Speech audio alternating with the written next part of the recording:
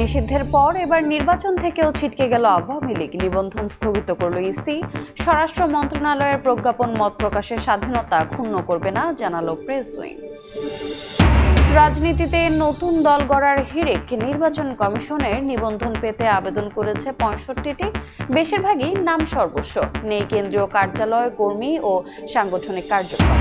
কর্মকর্তাদের আন্দোলনের মধ্যে পুনর্গঠন হলো এনবিআর। রাজস্ব নীতি ও ব্যবস্থাপনা নামে ২ বিভাগ করে অধ্যাদেশ জারি। স্বচ্ছতা, জবাবদিহিতাকে কারণ হিসেবে উল্লেখ। রংপুরে কোরবানির জন্য প্রস্তুত প্রায় ২০ লাখ গবাদি পশু। ২ সপ্তাহ পরই বিভিন্ন হাটে শুরু হবে বেচাকেনা। ভারতীয় গরু চোরাচালান ঠেকাতে কঠোর পদক্ষেপ দাবি খামারিদের। এবং সংঘাত শেষে জাতির উদ্দেশ্যে মোদির প্রথম ভাষণ। বললেন, পরমাণু অস্ত্রের হুমকিকে ভয় পায় না দিল্লি। যুক্তরাষ্ট্রের হস্তক্ষেপে বন্ধ হয়েছে পারমাণবিক যুদ্ধ, দাবি ট্রাম্পের। সকালের সময়ের সঙ্গে আছি আমি রোজা চৌধুরী। এবার আওয়ামী লীগের নিবন্ধন স্থগিত করল নির্বাচন কমিশন। দলটির সব কার্যক্রম নিষিদ্ধের প্রজ্ঞাপন হাতে পেয়ে বৈঠকে বসেছে ইসি। এরপর রাতে ব্রিফিংয়ে কথা জানান ইসি সচিব আক্তার আহমেদ। নিবন্ধন স্থগিত থাকাকালে দলটির হয়ে কেউ কোনো নির্বাচনে অংশ নিতে পারবেন না বলেও জানান তিনি। তীব্র আন্দোলনের মুখে শনিবার রাতে উপদেষ্টা পরিষদের বৈঠকে আওয়ামী লীগের সকল কার্যক্রম নিষিদ্ধের সিদ্ধান্ত হয়। সোমবার বিকেলে এ নিয়ে প্রজ্ঞাপন জারি করে স্বরাষ্ট্র মন্ত্রণালয়। প্রজ্ঞাপন জারির পর নির্বাচন ভবনে প্রধান নির্বাচন কমিশনারের সভাপতিত্বে আওয়ামী লীগের নিবন্ধন বিষয়ে সিদ্ধান্ত নিতে বৈঠকে বসে নির্বাচন কমিশন। ৪ ঘন্টার বেশি সময় ধরে চলে বৈঠক। আরপিও, আইনবিধি ও সরকারের প্রজ্ঞাপন পর্যালোচনা চলে এ সময়। বৈঠক শেষে নির্বাচন কমিশনের সিনিয়র সচিব জানান, আওয়ামী লীগের নিবন্ধন স্থগিতের সিদ্ধান্ত নিয়েছে নির্বাচন কমিশন। নিবন্ধন স্থগিত থাকাকালীন দলটির হয়ে কেউ কোনো নির্বাচনে অংশ নিতে পারবেন না। স্বরাষ্ট্র মন্ত্রণালয় থেকে বাংলাদেশ আওয়ামী লীগ এবং তার অঙ্গ সংগঠন এবং ভাতৃপ্রতিম সংগঠনগুলোর কার্যক্রম নিষিদ্ধ করেছে। তার ধারাবাহিকতায় ইলেকশন কমিশন সিদ্ধান্ত নিয়েছে যে আওয়ামী লীগের নিবন্ধন স্থগিত করা হলো। স্বরাষ্ট্র মন্ত্রণালয়ের যে বিজ্ঞপ্তি প্রজ্ঞাপন, সেটার ধারাবাহিকতায় আমরা এখানে এটা করেছি। এদিকে এর আগে সকালে নির্বাচন ভবনে সিইসির সঙ্গে বৈঠক করে যুক্তরাষ্ট্রের কার্টার সেন্টারের প্রতিনিধি দল। বৈঠক শেষে তিনি জানান, সংসদ নির্বাচন পর্যবেক্ষণে আগ্রহ জানিয়েছে কার্টার সেন্টার। জাতীয় নির্বাচনের জন্য আমাদের প্রস্তুতি কেমন, প্রস্তুতি আমরা কেমন চালাচ্ছি, প্রস্তুতি আমরা এগিয়ে নিচ্ছি কিনা ইত্যাদি জানতে চেয়েছেন। আমরা জানিয়েছি, আমরা অতীতেও আমি বিভিন্ন সময় বলেছি আপনাদেরকে আমাদের প্রস্তুতি যেভাবে চলছে, যে নির্বাচন যখনই হয় আমরা যাতে সাকসেসফুলি এটা যে ওয়াদা করেছে সেই ওয়াদা মাফিক যাতে আমরা ডেলিভার করতে পারি, সেই প্রস্তুতি আমরা নিচ্ছি, এই কথাটা আমরা তাদেরকে জানিয়েছি।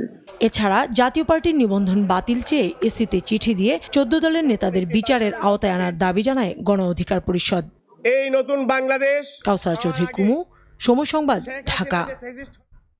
আওয়ামী লীগের কার্যক্রম নিষিদ্ধ সংক্রান্ত স্বরাষ্ট্র মন্ত্রণালয় যে প্রজ্ঞাপন জারি করেছে তা অন্য কোনো রাজনৈতিক দল বা মুক্তমতের মানুষের মত প্রকাশের স্বাধীনতাকে ক্ষুণ্ণ করে না বলে এক বিবৃতিতে জানিয়েছে অন্তর্বর্তী সরকার। সোমবার রাতে প্রধান উপদেষ্টার প্রেস উইং থেকে পাঠানো বিবৃতিতে বলা হয়েছে, সন্ত্রাস বিরোধী আইনের আওতায় মন্ত্রণালয় প্রজ্ঞাপন জারি করেছে। প্রজ্ঞাপন অনুসারে আন্তর্জাতিক অপরাধ ট্রাইব্যুনালে বিচার কার্য সম্পন্ন না হওয়া পর্যন্ত আওয়ামী লীগ এবং এর সব অঙ্গ সহযোগী সংগঠন ও ভ্রাতৃপ্রতিম সংগঠন কর্তৃক যে কোনো ধরনের প্রকাশনা, অনলাইন ও সামাজিক যোগাযোগ মাধ্যমে প্রচারণা, মিছিল, সভা সমাবেশ নিষিদ্ধ ঘোষণা করা হয়েছে। এই নিষেধাজ্ঞা সংগঠনগুলোর নেতাকর্মী ও সদস্যদের জন্য প্রযোজ্য হবে। এই প্রজ্ঞাপন অন্য কোনো রাজনৈতিক দল বা মুক্তমতের মানুষের মত প্রকাশের স্বাধীনতাকে ক্ষুণ্ণ করবে না। আওয়ামী লীগের সাবেক সংসদ সদস্য ও সঙ্গীত শিল্পী মমতাজ বেগমকে গ্রেফতার করেছে ঢাকা মহানগর পুলিশের গোয়েন্দা শাখা। সোমবার রাত 11:30টার দিকে রাজধানীর ধানমন্ডির স্টার কাবাবের পেছনের একটি বাসা থেকে তাকে গ্রেফতার করা হয়। মমতাজ বেগমের বিরুদ্ধে হত্যাসহ একাধিক মামলা রয়েছে বলে জানা গেছে। লোকগানের জনপ্রিয় শিল্পী মমতাজ বেগম মানিকগঞ্জ 2 আসনের সংসদ সদস্য ছিলেন। নির্বাচন কমিশনের নিবন্ধন পেতে চায় ৬৫টি নতুন রাজনৈতিক দল। ভোট যুদ্ধে অবতীর্ণ হতে চাওয়া দলগুলোর বেশিরভাগেরই নেই কেন্দ্রীয় কার্যালয়। ন্যূনতম সাংগঠনিক কার্যক্রম তো দূরের কথা, কমিটি কিংবা কর্মীও নেই। এরপরও নিবন্ধন চাইছে কেন? জবাব খুঁজেছেন কাউসারা চৌধুরী কুমু। ক্যামেরায় ছিলেন মুস্তাফিজুল হক।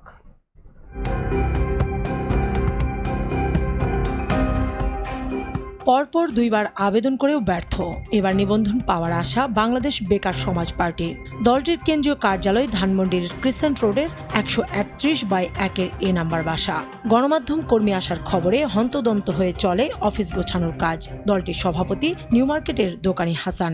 আমাকে সবাই বেকার বন্ধু বলে ডাকে। ঢাকা শহরে গিয়ে আপনি যদি নিউ মার্কেটে বলেন যে বেকার হাসানকে চিনেন, আমাকে সবাই দেখা দেবে। যখন দেশের কান্তি লগ্নে আমরা দেশের জন্য, জাতির জন্য কথা বলে যাই। ধানমন্ডি ২ নম্বর সড়কের প্রথম বাড়ি, দ্বিতীয় তলায় উঠতেই দেখা যায় কোচিং সেন্টার। এখানেই প্রধান কার্যালয়ের ঠিকানা দিয়েছে ফরওয়ার্ড পার্টি। কেয়ারটেকার জানান ৫ আগস্টের পর থেকে পলাতক দলটির লোকজন। ৮ মাসে এখানে কোনো দরজা খোলা দেখতে পারি নাই, যেমন ছিল এখনই এমনই আছে। ফরওয়ার্ড পার্টির অফিস আছে, হেরা তো আর নাই। ওই যে সরকার পতন হয়েছে না, ওই সময় যে গেছে আর এখনো খোলে টোলে নেই।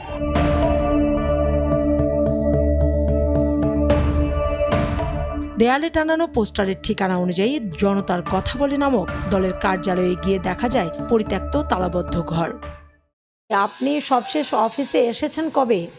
আজকে আসছিলাম। কয়টা নাগাদ এসেছিলেন একটু বলবেন? আমি আসছিলাম এমন আধা ঘন্টার মধ্যে। তালাই লাগানো থাকে, কোনো লোকজন আসা যাওয়া নাই এখানে, শুধু এই সাইনবোর্ডই আছে আর কি। নির্বাচন কমিশনের জাস্টিস পার্টি বাংলাদেশ ও বাংলাদেশ জনগণের দল পার্টির কেন্দ্রীয় কার্যালয়ের যে ঠিকানা দেয়া হয়েছে সেখানে অস্তিত্ব নেই কোনো অফিসের। এরকমের কোনো পার্টি এখন পর্যন্ত আমরা দেখি নাই। আমাদের এই চতুর্থ তলায় কোনো এইসবগুলো দেখিনি।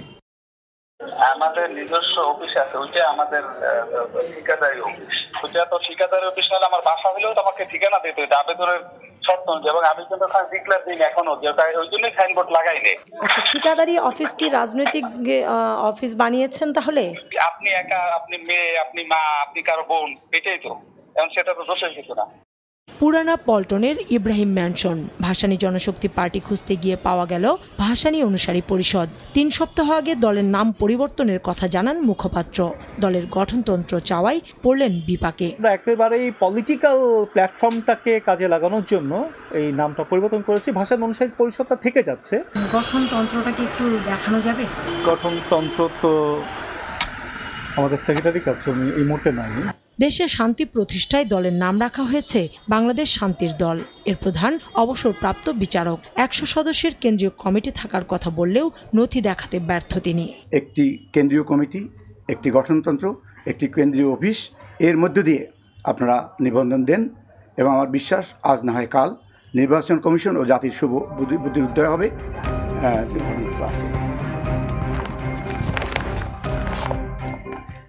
আগামী ২২শে জুন শেষ হচ্ছে ইসিতে নতুন দল নিবন্ধনের আবেদনের সময়। কাউসারা চৌধুরী কুমু, সময় সংবাদ, ঢাকা। কলকাতায় এমপি আনোয়ারুল আজিম আনার হত্যার ১ বছর আজ। ৫ আগস্ট সরকার পতনের পর থমকে গেছে মামলার তদন্ত। ৯ মাস ধরে নেই কোনো অগ্রগতি। আনারের দেহাবশেষের সঙ্গে মেয়ের ডিএনএ মিলে গেলেও সেই রিপোর্ট আনতে এখনও পশ্চিমবঙ্গ সিআইডির সঙ্গে যোগাযোগ করেনি ডিএমপি। ভারতে ৮৭ দিনে মামলার অভিযোগপত্র জমা পড়লেও দেশের আদালতে প্রতিবেদন জমা দিতে ৯ বার পেছানো হয়েছে সময়। অপরাধ বিশ্লেষক বলছেন, দ্রুত নিষ্পত্তি না করে উল্টো মামলাটি ডিপ ফ্রিজে রাখার দুঃখজনক। গত বছরের ১২ মে ভারতের কলকাতায় গিয়ে খুন হন ঝিনাইদহের এমপি আনোয়ারুল আজিম আনার। এ নিয়ে তোলপাড় শুরু হয় দুদেশেই। তদন্তে নেমে খুলনা অঞ্চলে চরমপন্থী নেতা আমানুল্লাহ ও তার ভাতিজা তানভীর এবং খুনের মূল পরিকল্পনাকারী যুক্তরাষ্ট্র প্রবাসী শাহিনের বান্ধবী শিলাস্তিকে গ্রেপ্তার করে গোয়েন্দা পুলিশ। ধরা পড়ে ঝিনাইদহের আওয়ামী লীগের সাধারণ সম্পাদক মিন্টু ও আরেক নেতা বাবু। খাগড়াছড়ির পাহাড় থেকে ধরা পড়ে ২ ভাড়াটে খুনি ফয়সাল ও মোস্তাফিজ। ভারত ও নেপালে গ্রেফতার হয় জিহাদ ও সিয়াম। পুলিশ জানায় স্বর্ণ চোরাচালান নিয়ে শাহিনের সঙ্গে দ্বন্দ্বের জেরেই খুন হন আনার। কলকাতার বাগাজোলা খালে মেলে আনারের হাড়। সঞ্জিভা গার্ডেনের সেফটিক ট্যাঙ্ক থেকে মেলে প্রায় ৪ কেজি মাংস। উদ্ধার হওয়া দেহাবশেষের সঙ্গে মিলে যায় আনারের মেয়ের ডিএনএ। হত্যার ৮৭ দিনে মামলার অভিযোগপত্র দেয় পশ্চিমবঙ্গের সিআইডি। 5 আগস্টের পর এ মামলা নিয়ে দুদেশের তদন্ত সংস্থার তৎপরতা এক প্রকার বন্ধ। ডিএনএ রিপোর্ট দেশে এনে অপহরণ মামলাটি হত্যা মামলায় রূপান্তরের উদ্যোগ নেয়নি বাংলাদেশের পুলিশ। গ্রেফতার 7 আসামির 6 জন আদালতে জবানবন্দি দিলেও 9 বার পিছিয়েছে তদন্ত প্রতিবেদন জমার তারিখ। ভিন্ন দুটি রাষ্ট্রের মধ্যে অপরাধটা সংঘটিত হয়েছে, সে কারণে আমাদের তথ্যপত্রগুলো সংগ্রহ করতে কিছুটা সময় লাগাটাই স্বাভাবিক। যারা জড়িত তাদের বিরুদ্ধে পুলিশের প্রতিবেদন বিজ্ঞ আদালতে সময়মতো দাখিল করা হবে। আইনজীবীরা বলছেন, এমন চাঞ্চল্যকর মামলা দ্রুত নিষ্পত্তি করতে না পারলে ন্যায় বিচার প্রশ্নবিদ্ধ হবে। 164 করে এটাই যথেষ্ট একজন হত্যা মামলার জন্য তদন্ত রিপোর্ট দেওয়া। আমার মনে হয় যে তদন্তকারী কর্মকর্তাকে আরো সতর্ক হওয়া উচিত। পাবলিক প্রসিকিউটর যিনি থাকবেন তার দায়িত্ব শুধু মামলা পরিচালনা নয়, এবং তদন্তের ক্ষেত্রে তার ব্যাপক ভূমিকা থাকে। আমি আশা করব যে দ্রুত তদন্ত শেষ করবেন। আনার হত্যা মামলা দ্রুত নিষ্পত্তি করে অন্তর্বর্তী সরকারকে উদাহরণ তৈরির তাগিদ অপরাধ বিশ্লেষকের।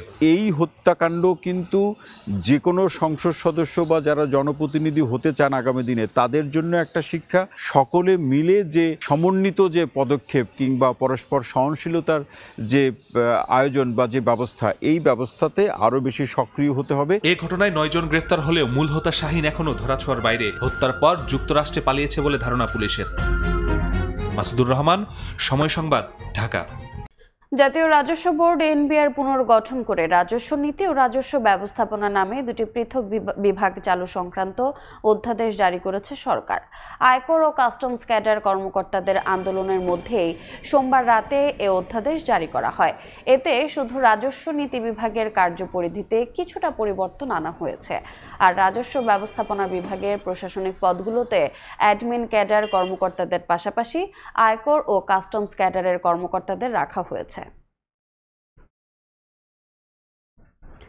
উন্নয়ন পরিকল্পনায় দূরদর্শিতার অভাবে প্রতি বছর কমছে বিমান ও পর্যটন খাতের বাজেট। ফলে বৈদেশিক বিনিয়োগ, অভ্যন্তরীণ আয় বৃদ্ধি ও কর্মসংস্থান তৈরির অবারিত সুযোগ থাকলেও তা মিলছে না। একদিকে অব্যবস্থাপনায় সংকুচিত হচ্ছে দেশের এয়ারলাইন্স ব্যবসা, বিশ্বমানে পিছিয়ে পর্যটন শিল্প। আসন্ন জাতীয় বাজেটে এ খাতে বরাদ্দ বাড়ানো ও দক্ষতার সঙ্গে উন্নয়ন মহাপরিকল্পনা বাস্তবায়নের পরামর্শ সংশ্লিষ্টদের। কাজল আব্দুল্লাহর রিপোর্ট। বিশ্বজুড়েই এয়ারলাইন্স ও পর্যটন ব্যবসা রমরমা হলেও একেবারেই ভিন্ন চিত্র বাংলাদেশে। গত 25 বছরে কার্যক্রম শুরুর পর হারিয়ে গেছে 10টি দেশীয় এয়ারলাইন্স সংস্থা। এ খাতে ব্যবসার সম্ভাবনা নিয়ে কোনো ভাবনা নেই নীতি নির্ধারকদের।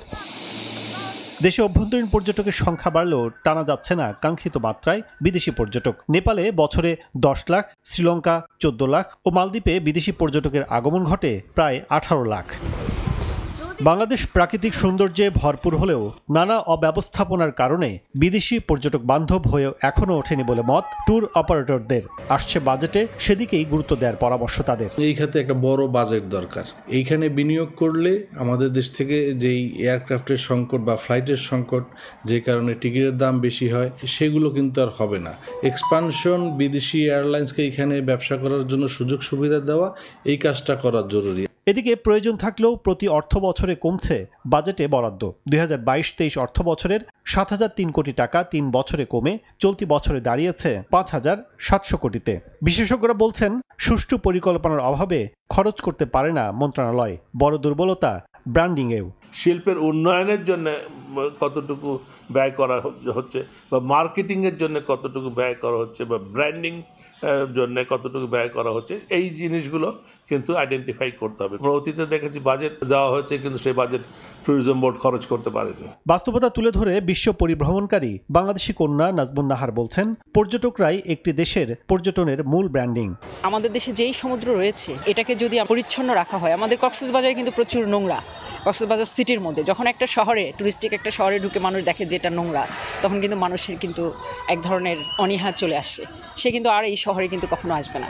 সংশ্লিষ্টরা বলছেন, পর্যটন মহাপরিকল্পনা বাস্তবায়ন করা গেলে দেশে 2041 সালের মধ্যে কোটি মানুষের কর্মসংস্থান সৃষ্টির পাশাপাশি জাতীয় অর্থনীতিতে এ খাতের অবদান হবে 477 কোটি মার্কিন ডলার। কাজল আব্দুল্লাহ, সময় সংবাদ, ঢাকা। রংপুর বিভাগে কোরবানির জন্য প্রস্তুত প্রায় 19,80,000 গবাদি পশু। 2 সপ্তাহ পরেই আনুষ্ঠানিকভাবে বিভিন্ন হাটে পশু কেনাবেচা শুরু হবে বলে জানিয়েছে প্রাণী সম্পদ দফতর। তবে সীমান্ত দিয়ে অবৈধভাবে ভারতীয় গরু চোরাচালান ঠেকাতে প্রশাসনের কঠোর পদক্ষেপের দাবি খামারিদের। শাকিল মাহমুদের ছবিতে রেদওয়ান হিমেলের রিপোর্ট। রংপুরের গিলাবাড়ি এলাকার আরজু বেগম কোরবানির ঈদ সামনে রেখে পশুর যত্নে ব্যস্ত সময় পার করছেন তিনি। জানালেন 2টি দেশি জাতের গরু বিক্রি করে নিজের স্বপ্ন পূরণের কথা।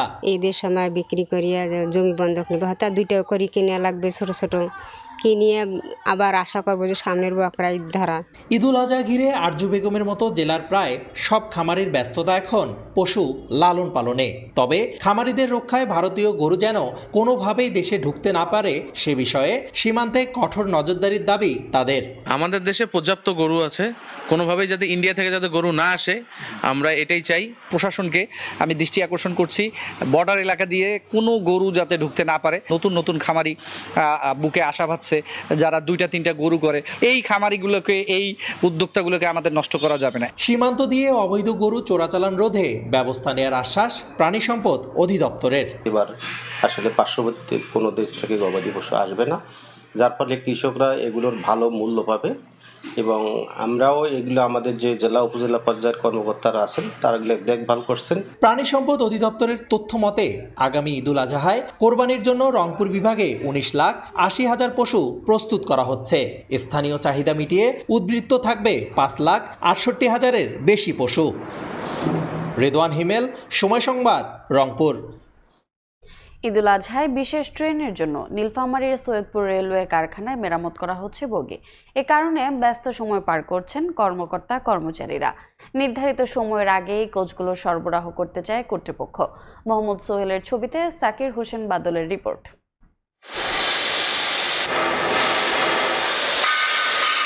নীলফামারীর সৈয়দপুর রেলওয়ে কারখানা থেকে প্রতি মাসেই কোচ মেরামত করে রেল বহরে যোগ হয়। তবে ঈদে এ সংখ্যা ছড়ায় কয়েক গুণ। তাই কারখানাটির 29টি শপের শ্রমিকরা বর্তমানে ব্যস্ত বগি মেরামতে। সাধারণ সময় প্রতি মাসে 32টি কোচ মেরামত করা হয় কারখানায়, কিন্তু ঈদুল আজহার আগে ও পরে নিয়মিত ট্রেনের পাশাপাশি ঈদ স্পেশাল ট্রেন চলাচলে প্রয়োজন হয় অতিরিক্ত কোচ। এ কারণে এবার 45 কর্মদিবসে 100টি কোচ মেরামতের লক্ষ্যমাত্রা নির্ধারণ করে রেলওয়ে কর্তৃপক্ষ। সময়ও প্রায় শেষ হতে চলেছে, এজন্য নির্ধারিত সময়ের বেশি কাজ করছে শ্রমিকরা। একদিনে 4-5টার উপরে কোচ আমরা মেরামত করতেছি। ঈদের যে আউটটার্ন রয়েছে এই লক্ষ্যে আমরা পূর্ণাঙ্গ আমাদের শক্তিতে কাজ চালিয়ে যাচ্ছি। 3 জনের কাজ একাই করতেছি, 4 জনের কাজ 2 জন করতেছি, 6 জনের কাজ 4 জন করতেছি। তোর মধ্যেই 60টি আউটটার্ন দিতে পেরেছি, আর বাকিগুলো ইনশাল্লাহ আগামী আর 17 কর্মদিবসের মধ্যে আমরা আউটটার্ন দিতে পারবো। লোকবল সংকট থাকলেও নির্ধারিত সময়ের আগেই সব কোচ প্রস্তুত করার আশ্বাস কর্তৃপক্ষের। আশা করি আসন্ন কুরবানি নির্বিঘ্নে বাংলাদেশ রেলওয়ে যাত্রী পারাপার করতে সক্ষম হবে। কর্তৃপক্ষের তথ্য মতে এরই মধ্যে ঈদ উপলক্ষে ট্রেনের 60টি কোচ মেরামত সম্পন্ন হয়েছে। শাকির হোসেন বাদল, সময় সংবাদ, নীলফামারী। অন্তর্বর্তী সরকারের প্রধান উপদেষ্টার দায়িত্ব নেয়ার পর প্রথমবারের মতো চট্টগ্রাম সফরে যাচ্ছেন প্রধান উপদেষ্টা। বুধবার একদিনের এই সফরে যোগ দেবেন চট্টগ্রাম বিশ্ববিদ্যালয়ের সমাবর্তনে। এর আগে পরিদর্শন করবেন চট্টগ্রাম বন্দর। এছাড়া কালুরঘাট সেতুর ভিত্তিপ্রস্তর স্থাপনেরও কথা রয়েছে তার। বিস্তারিত ফেরদৌস লিপির রিপোর্টে। 1888 সালে ব্রিটিশদের চিটাগাং পোর্ট কমিশনার্স অ্যাক্ট গঠনের মধ্য দিয়ে আনুষ্ঠানিকভাবে যাত্রা শুরু হয় দেশের প্রধান সমুদ্র বন্দর চট্টগ্রাম বন্দরের। বর্তমানে বিশ্বের বিভিন্ন দেশের সঙ্গে বার্ষিক $125 বিলিয়ন বাণিজ্যের প্রায় 92% পরিচালিত হয় এই বন্দর দিয়ে। দেশের অর্থনীতির স্বর্ণদ্বার খ্যাত এই বন্দরে সব খাতের প্রবৃদ্ধি ধরে রাখতে অগ্রাধিকার ভিত্তিতে বে টার্মিনাল নির্মাণ কাজ শেষ করা ও বন্দরের আধুনিকায়নের সংকট কাটিয়ে ওঠার তাগিদ বন্দর ব্যবহারকারীদের। যেভাবে বন্দরকে আধুনিকায়ন করার কথা এখনো পর্যন্ত কিন্তু ওইরকম হয় নাই। মানদাদা আমলের মতো আপনি দেখবেন ঠেলা গাড়ি করে কিন্তু কন্টেনার থেকে গুডসগুলো আপনার কন্টেনারের আপনার শেডের মধ্যে ঢুকাচ্ছে, আবার শেড থেকে কিন্তু গাড়িতে লোড দিচ্ছে, এগুলো পরিবর্তন করতে হবে। বন্দরের ফ্যাসিলিটেশন যদি আপনার না বাড়ায় তাহলে কিন্তু বন্দরের সক্ষমতাটা বাড়বে না, এবং এগুলো যদি আধুনিকায়ন না করে খরচও কিন্তু কমে আসবে না। বন্দরের স্ক্যানার মেশিনের দরকার, ওই স্ক্যানার মেশিনে আমরা এটা উনি যেন একটু দেখেন বন্দরকে গতিশীল করার জন্য আধুনিক যন্ত্রপাতি, অত্যাধুনিক যেগুলি কম্পিউটার যন্ত্রপাতি সেগুলি যদি স্থাপন করা যায় বন্দরের অ্যাক্টিভিটি অথবা এফিসিয়েন্সি আরও বাড়বে। আমরা চাইবো এসব ব্যাপারে উনি যেহেতু উনি অনেক উচ্চমানের একজন মানুষ, উনি আন্তর্জাতিকভাবে অত্যন্ত কানেক্টেড একজন মানুষ, ওনার এই কানেক্টিভিটির মাধ্যমে আমরা চাইবো যে বন্দরকে আধুনিকায়নকরণ।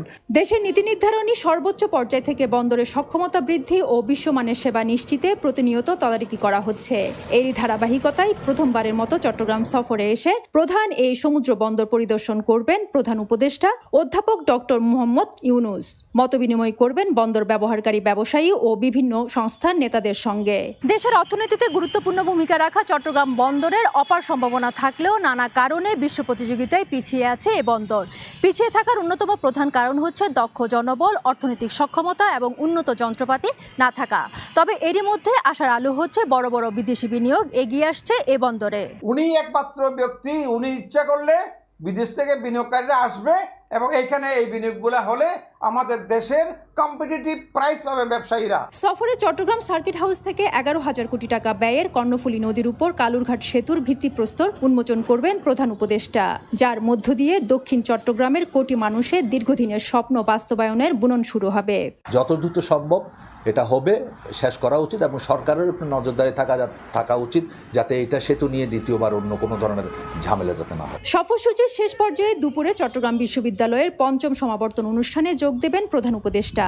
এতে অংশ নেবেন 22,600 গ্রাজুয়েট। ফেদুস লিপি, সময় সংবাদ, চট্টগ্রাম। বরিশাল বিশ্ববিদ্যালয়ের উপাচার্য সুচিতা শর্মিনের পদত্যাগ দাবিতে আমরণ অনশনে বসেছেন বিক্ষুব্ধ শিক্ষার্থীরা। সোমবার রাত 10টা থেকে শুরু হয় অনশন কর্মসূচি। এর আগে রাত 9:30টার দিকে প্রশাসনিক ভবনের গ্রাউন্ড ফ্লোরে জরুরি সংবাদ সম্মেলন করেন শিক্ষার্থীরা। সেখানেই ঘোষণা দেয়া হয় ভিসি পদত্যাগ না করায় অনশনে যেতে বাধ্য হচ্ছেন তারা। এর আগে সকাল থেকে বিশ্ববিদ্যালয়ের একাডেমিক কার্যক্রম শাটডাউন করা হয়।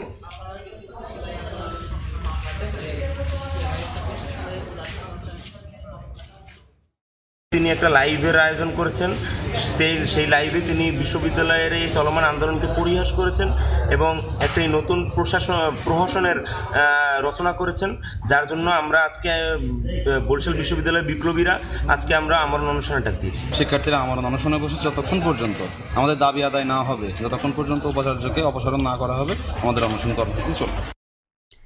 এই মুহূর্তে বরিশাল বিশ্ববিদ্যালয় ক্যাম্পাসে আছেন সহকর্মী অপু। সরাসরি যাচ্ছে তার কাছে। অপু, বরিশাল বিশ্ববিদ্যালয়ের উপাচার্য ডক্টর সুচিতা শর্মিনকে অপসারণের দাবিতে চলমান আন্দোলনে এবার বিক্ষুব্ধ শিক্ষার্থীরা অনশনের কর্মসূচিতে শুরু করেছে। গত রাত 10টার সময় এই অনশন কর্মসূচি শুরু করে, প্রায় 9 ঘন্টা সময় অতিবাহিত হয়ে গেল। আজকে সকাল 8:30 বাজে আমরা দেখছি যে গতকালকে রাতে 10টার দিকে এই অনশন শুরু করে, তার আগে রাত 9:30টার দিকে বিক্ষুব্ধ শিক্ষার্থীরা, আন্দোলনরত শিক্ষার্থীরা তারা একটি সংবাদ সম্মেলন করে। সংবাদ সম্মেলনে নানান অভিযোগ এনে বলেন যে তারা যে গেল কয়েকদিন পর্যন্তই টানা ধারাবাহিকভাবে আন্দোলন কর্মসূচি অব্যাহত রেখেছে, তাতে এখন পর্যন্ত তাদের দাবি মেনে না নেওয়ায় তারা বাধ্য হয়ে এখন অনশন কর্মসূচি শুরু করেছেন। এর আগে আমরা দেখেছি যে বরিশাল বিশ্ববিদ্যালয় গতকাল সকাল দিয়ে বিশ্ববিদ্যালয়ের একাডেমিক কার্যক্রমে তারা শাটডাউনের ঘোষণা দেয় এবং ক্লাস বর্জন করে গতকালকে দুপুর 12টা থেকে তারা অবস্থান কর্মসূচি করে, স্লোগান দেয়। সেই অবস্থান কর্মসূচিতে বিশ্ববিদ্যালয়ের শিক্ষকদের একাংশ, কর্মকর্তা কর্মচারীদের একাংশ এসে একাত্মতা প্রকাশ করে বক্তব্য রাখে। এর আগে 46 জন শিক্ষক বিবৃতি দিয়েছে এই আন্দোলনের সাথে একাত্মতা পোষণ করে। আন্দোলনরত শিক্ষার্থীরা গতকালকে যেমনি এই বিশ্ববিদ্যালয়ের একাডেমিক কার্যক্রমের শাটডাউন দেয়, তার আগে প্রশাসনিক সকল দপ্তরে তারা তালা ঝুলিয়ে দেয়। এর আগে আমরা দেখেছি প্রশাসনিক দপ্তর এবং উপাচার্যের যে বাসভবন, সেই বাসভবনের প্রধান ফটকেও তালা ঝুলিয়ে তারা আন্দোলন কর্মসূচি করে, রাজপথেও আন্দোলন করে। তাদের যে দাবিগুলো রয়েছে তার মধ্যে প্রধান দাবিগুলোর মধ্যে হচ্ছে যে এই যে উপাচার্য ডক্টর সুচিতা শারমিন তিনি আওয়ামী লীগের যারা দোসর হিসেবে চিহ্নিত বরিশাল বিশ্ববিদ্যালয়ের অনেক শিক্ষককেই তিনি পুনর্বাসন করছেন এবং তার প্রতিবাদ জানানোয় আন্দোলনরত শিক্ষার্থীদেরকে বিভিন্ন সময় তিনি মামলা দিচ্ছেন, হয়রানি করছে জিডি করে। সেই মামলা প্রত্যাহারের দাবি জানিয়েছিল বিশ্ববিদ্যালয়ের কাঙ্ক্ষিত উন্নয়ন না হওয়ায় উন্নয়নের দাবি জানিয়েছিল শিক্ষার্থীরা, এবং যারাই এই শিক্ষার্থীরা যখনই কোনো যৌক্তিক দাবিতে আন্দোলন করে তখনই কিন্তু উপাচার্য বা বিশ্ববিদ্যালয় প্রশাসন থেকে শিক্ষার্থীদেরকে তারা নানানভাবে মামলা দিয়ে হয়রানি করে এবং সেই হয়রানির প্রতিবাদ এবং সবশেষে প্রথমে 22 দফা ছিল, পরে 4 দফা, সবশেষে 1 দফা দাবি ওঠে, সেটি হচ্ছে বিশ্ববিদ্যালয়ের উপাচার্যকে এখন অপসারণের দাবি জন্য এই আন্দোলনরত শিক্ষার্থীরা এখন সবশেষ অনশন কর্মসূচি শুরু করেছে। গত রাত 10টা থেকে যেটি শুরু হয়েছে, দাবি না আদায় হওয়া পর্যন্ত তাদের এই অনশন কার্যক্রম চলবে বলে জানিয়েছে আন্দোলনরত শিক্ষার্থীরা। আমার কাছে সবশেষ সকাল 1:30 পর্যন্ত এতটুকুই খবর ছিল। সরাসরি যুক্ত ছিলাম বরিশাল বিশ্ববিদ্যালয়ে। তীব্র জনবল সংকটে রংপুর বিভাগের বেশিরভাগ সরকারি হাসপাতাল গড়ে জনবল রয়েছে চাহিদার মাত্র 50%। এতে চিকিৎসা নিতে এসে না পেয়ে ফিরতে হচ্ছে অনেক রোগীকে। সংকট সমাধানে দ্রুত উদ্যোগ নেওয়া হচ্ছে বলে জানিয়েছে সংশ্লিষ্ট মন্ত্রণালয়। নাজমুল ইসলাম নিশাতের রিপোর্ট। কুড়িগ্রাম জেনারেল হাসপাতালের বহির্বিভাগের সামনে রোগীদের দীর্ঘ সারি। হাসপাতালটির 2 বিভাগে চিকিৎসক, নার্স আর সহায়ক কর্মীর ঘাটতিতে চাপ সামলাতে হিমশিম খাচ্ছে হাসপাতাল কর্তৃপক্ষ।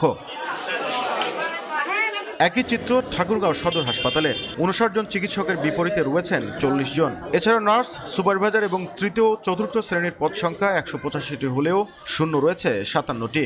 এতে সেবা নিতে এসে উল্টো ভোগান্তিতে পড়ছেন রোগীরা। সার্ভিস ভালো না ভাইয়া, যেমন আমি আজকে আসছি সার্জারি ডাক্তার দেখানোর জন্য, সার্জারি ডাক্তার নাই, শেষে বাধ্য হয়ে আমাকে যারা বসে আছে তাদেরকে দেখাইতে হলো। যে রোগের জন্য যে ডাক্তার প্রয়োজন এখানে সেটা যথাযথভাবে আমরা পাচ্ছি না। আমরা এটা প্রতিনিয়ত চেষ্টা করতেছি, মন্ত্রণালয় ডিজি অফিসে যোগাযোগ করার চেষ্টা করতেছি, ওনারা দিচ্ছি, আমরা পথে বসে আছি। রংপুর মেডিকেল কলেজ হাসপাতালেও রয়েছে চিকিৎসক সহ জনবল সংকট। 600 শয্যার এই হাসপাতালকে 1000 শয্যায় উন্নীত করা হলেও প্রতিদিন চিকিৎসা সেবা নিয়ে থাকেন 2500-এর বেশি রোগী। তবে চলছে পুরনো জনবল দিয়েই, ফলে ব্যাহত হচ্ছে স্বাস্থ্যসেবা। একই চিত্র রংপুর বিভাগের প্রায় প্রতিটি সরকারি হাসপাতালের। হাসপাতালে তো রোগী সংখ্যা বেশি, সেই মোতাবেক সেই অনুযায়ী ডাক্তার এবং নার্সরা একটু পর্যাপ্ত কম আছে। ডাক্তারকে পাইনি এখনো, আমরা তো 2 দিন ধরে আছে, নার্সে চিকিৎসা করতেছে। সেবাটা যে মানটা দরকার সেটা নাই। অনেক আপনার ডাক্তার সমস্যা, নার্স প্রবলেম, তারপর দালালদের দৌরাত্ম্য। ডাক্তারের পদ হলো 299 জন দেওয়া আছে, আমার এখানে আছে 267। তারপর ডাক্তারের সংখ্যাও কম আছে। রোগীদের বিভিন্ন অন্য সেবাগুলো দেওয়া, এগুলো ক্ষেত্রে আমার ওই পরিমাণ জনবলের সংকট থেকে যাচ্ছে আর কি। সম্প্রতি রংপুর সফরে এসে স্বাস্থ্য মন্ত্রণালয়ের যুগ্ম সচিব জানিয়েছেন, জনবল সংকট সমাধানে দ্রুত কার্যকরী উদ্যোগ নেওয়া হচ্ছে। সমস্ত হাসপাতালগুলোতে আপনার পর্যাপ্ত জনবল দেওয়ার সরকারের সক্রিয় বিবেচনাধীন রয়েছে। চিকিৎসক থেকে শুরু করে আপনারা জানেন আমাদের এই মন্ত্রণালয় কাজ করতেছে নিরলসভাবে। রংপুর বিভাগের 58টি সরকারি হাসপাতালে চিকিৎসক পদ 1214টি, তবে কর্মরত আছেন 683 জন। আর 655টি সিনিয়র ও জুনিয়র কনসালটেন্ট পদের বিপরীতে কর্মরত 456 জন। নাজমুল ইসলাম নিশাত, সময় সংবাদ, রংপুর।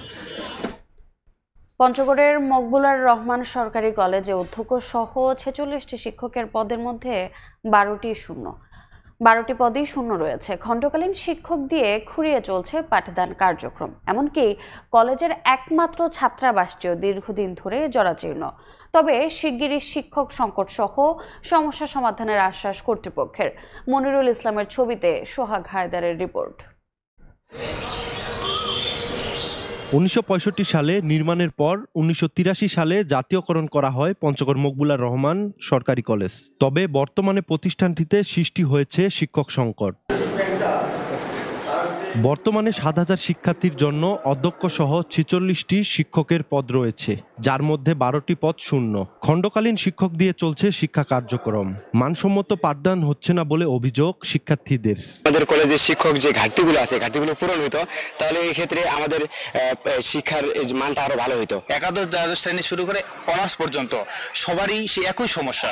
শিক্ষকের সংকটের কারণে আমাদের পড়ালেখা ভালো মতো হচ্ছে না। একজন বিসিএস সাধারণ শিক্ষা ক্যাডারের সদস্য যেভাবে ফ্রুটফুলি ক্লাস নিতে পারেন, অতিথি শিক্ষকদের কাছ থেকে আমরা সবসময় ওই আমরা ফলপ্রসূ ক্লাসটা পাই না। এদিকে কলেজের একমাত্র ছাত্রাবাসটিও দীর্ঘদিন ধরে জরাজীর্ণ, খসে পড়ছে পলেস্তারা, অস্বাস্থ্যকর পরিবেশে ঝুঁকি নিয়ে বাস করছেন শিক্ষার্থীরা। বেশিরভাগ জ্বালানাগুলো নষ্ট হয়ে গেছে, যার কারণে দেখা যায় কোনো ঝড় যদি আসে তাহলে বাতাস আসে। দুই একটা ওয়াশরুমের প্রবলেম আছে, ওয়াশরুমগুলো একদম অকেজো হয়ে আছে দুই একটা। তবে শীঘ্রই শিক্ষক সংকট সহ সব সমস্যা সমাধানের আশ্বাস কর্তৃপক্ষের। এই মুহূর্তে আসলে শিক্ষকের পদায়ন অর্থাৎ নতুন শিক্ষক এখানে পদায়ন করানোর জন্য প্রচেষ্টা চালানো অত্যন্ত দরকার। আমি এ ব্যাপারে সবার সহযোগিতা কামনা করছি। মকবুলার রহমান সরকারি কলেজে বর্তমানে উচ্চ মাধ্যমিকের পাশাপাশি 9টি বিষয়ে অনার্স ও 6টি বিষয়ে মাস্টার্স কোর্স চালু রয়েছে।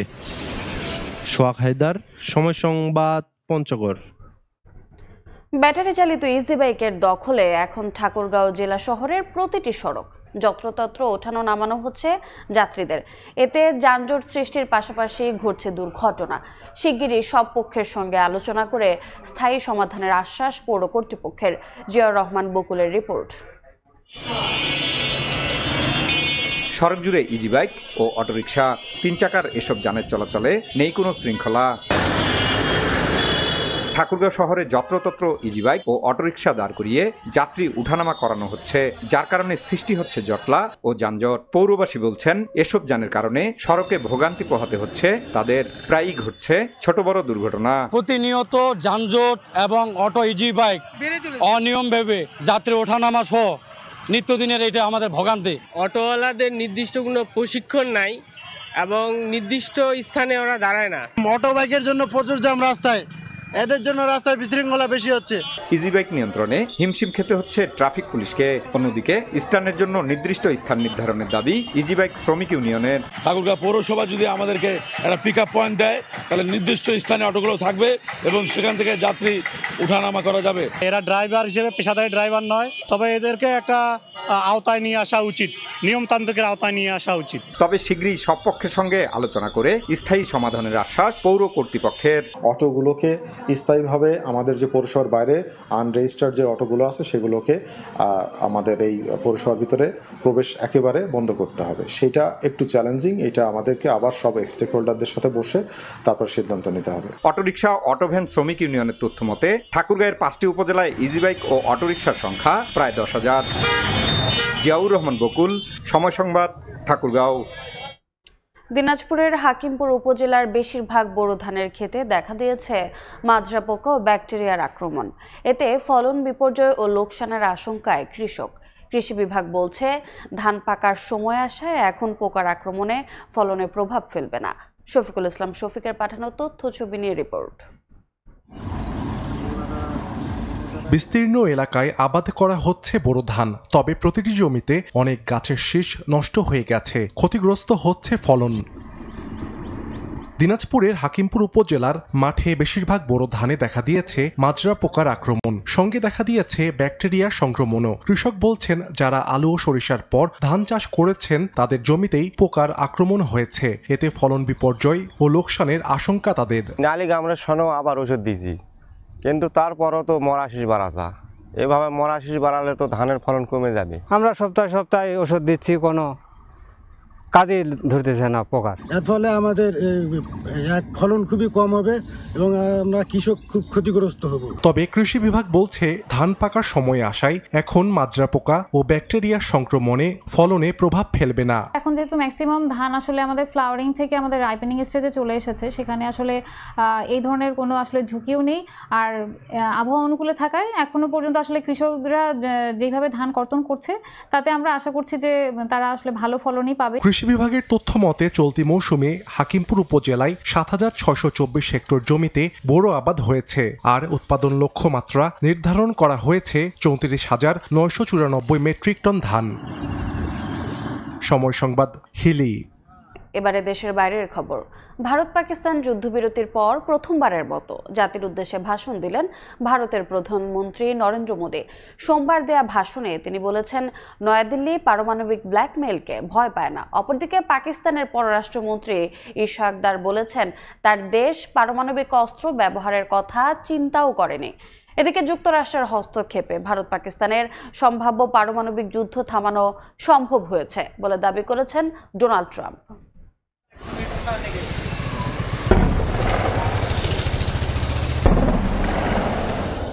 জম্মু কাশ্মীরের সাম্বা জেলায় সোমবার স্থানীয় সময় সন্ধ্যায় পাকিস্তান থেকে আসা ড্রোন চোখে পড়ে। ভারতীয় প্রতিরক্ষা মন্ত্রণালয় জানায়, লাল আলোর রেখা দেখা যায় আকাশে। এরপরই সক্রিয় হয় ভারতের আকাশ প্রতিরক্ষা ব্যবস্থা।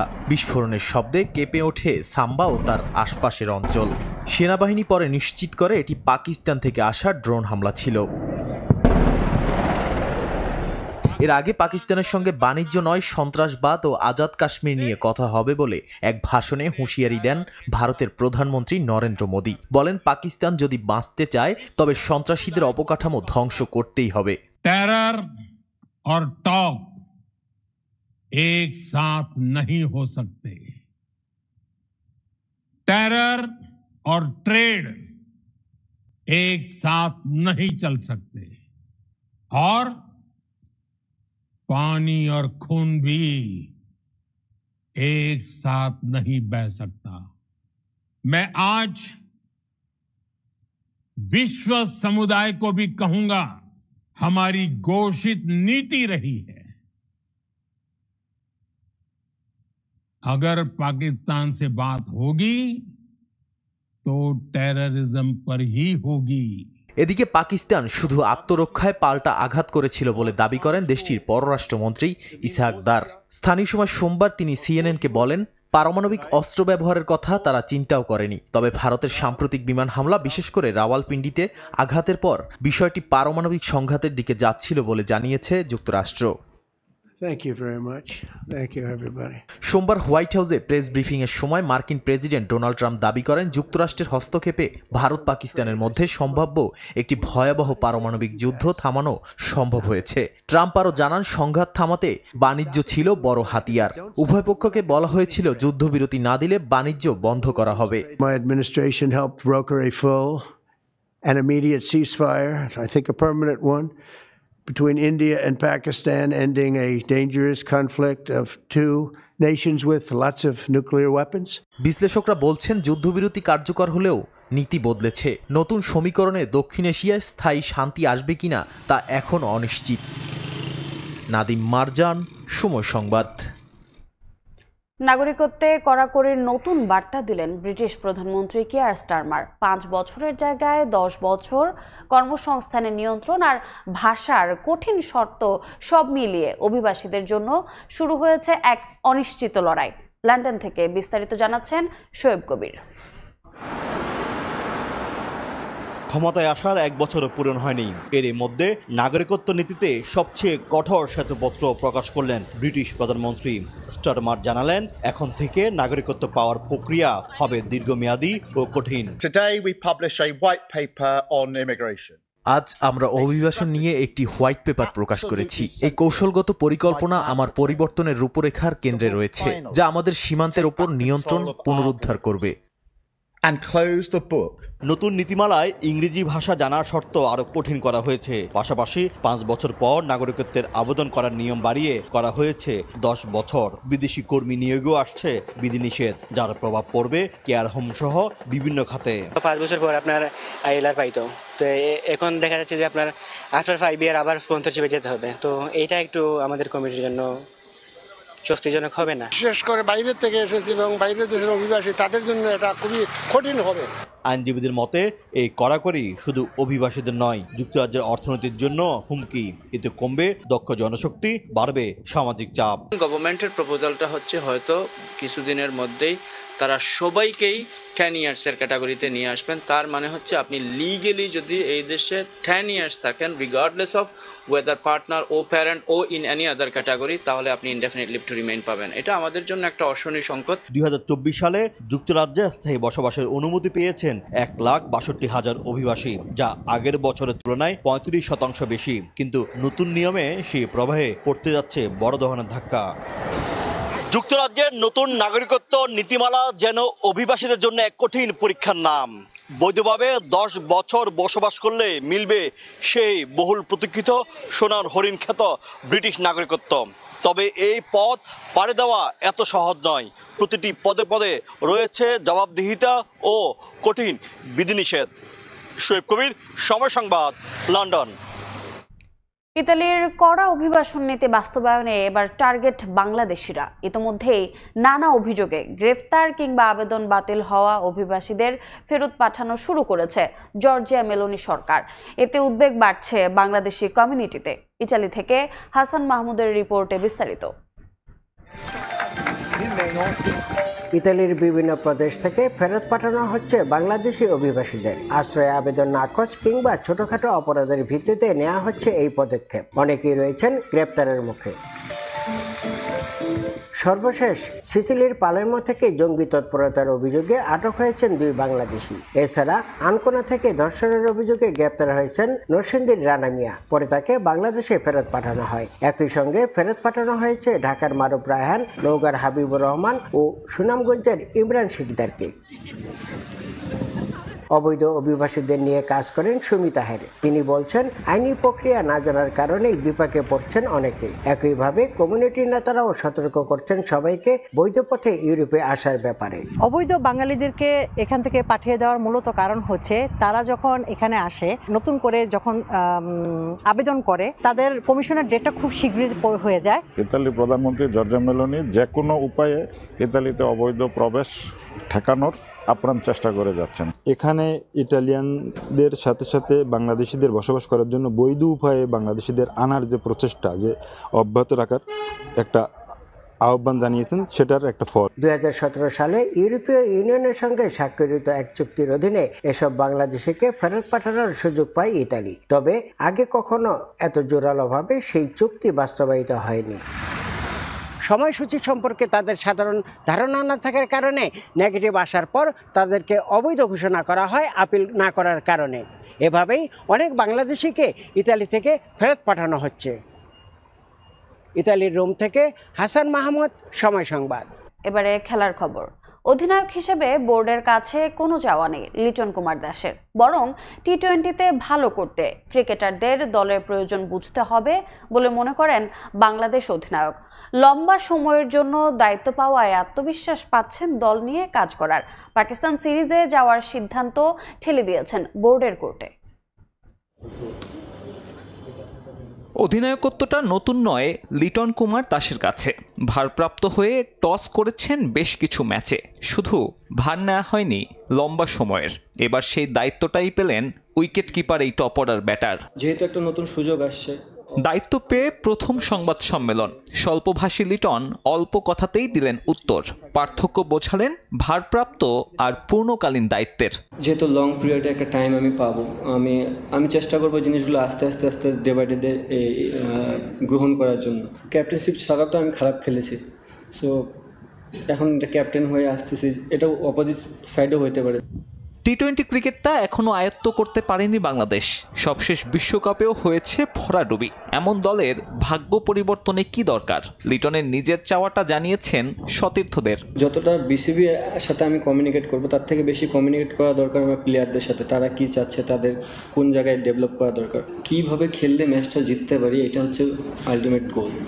হতে পারে একটা ব্যাটসম্যান কোনো দিন 20 বলে 40 রানও করতে পারে, সেম ব্যাটসম্যানের পরের দিন হয়তো প্রয়োজনই নেই 20 বলে 15 রানও করতে হতে পারে। সো আমি চাই যে প্রত্যেকটা প্লেয়ার যেন গেমের ভিতর যত ইনভলভ থাকবে, যে আমি আজকের দিনটাতে আমার কি চাওয়া, দল আমার কাছে কি চাচ্ছে। আমার যদি প্রত্যেকটা প্লেয়ার এই জিনিসটা বুঝে যে আমার কাছ থেকে দল আজকে এই জিনিসটা চাচ্ছে, আমার মনে হয় তাহলে আমাদের টিম রেজাল্টটা বেশি হবে, রাদার দেন আমি চিন্তা করতেছি যে আমাদের এই ব্র্যান্ডেড অফ ক্রিকেট খেলতে হবে। অধিনায়ক লিটনের যাত্রা শুরু আরব আমিরাত সিরিজ দিয়ে। তার আগে চলছে পুরো দস্তুর অনুশীলন। ট্যাকটিক্যাল বিষয়গুলো পাচ্ছে গুরুত্ব, আছে ম্যাচ সিনারিও প্র্যাকটিসও। লিটনের কাছে এই বিষয়গুলো আন্তর্জাতিক ম্যাচের মতোই গুরুত্বপূর্ণ। পাকিস্তান সিরিজের সিদ্ধান্ত ছেড়ে দিয়েছেন বোর্ডের ওপর। আমার থেকে হয়তোবা এটা ভালো ডিসিশন দিতে পারবে বিসিবি, বিকজ দুই বোর্ডের মধ্যেই কথোপকথনের মাধ্যমেই জিনিসটা আগাবে।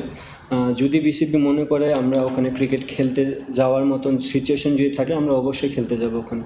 এর আগে লিটনের নেতৃত্বে 4 ম্যাচের 3টিতেই জেতে বাংলাদেশ। তবে এই ব্যাটারের ব্যাট হাসেনি সে ম্যাচগুলোতে। এবারের দফায় সে বৃত্ত ভাঙার প্রত্যয় টাইগার অধিনায়কের কণ্ঠে। সাব্বির মিথুন, সময় সংবাদ, ঢাকা।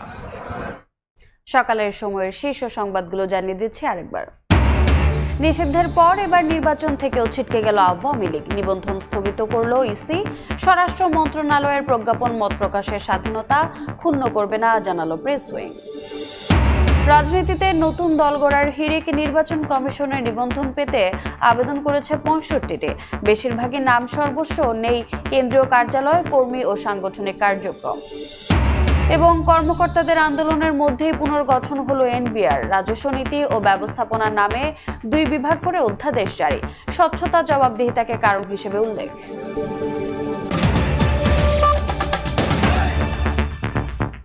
এ ছিল সকালের সময়ে। সঙ্গে থাকুন সময়ের।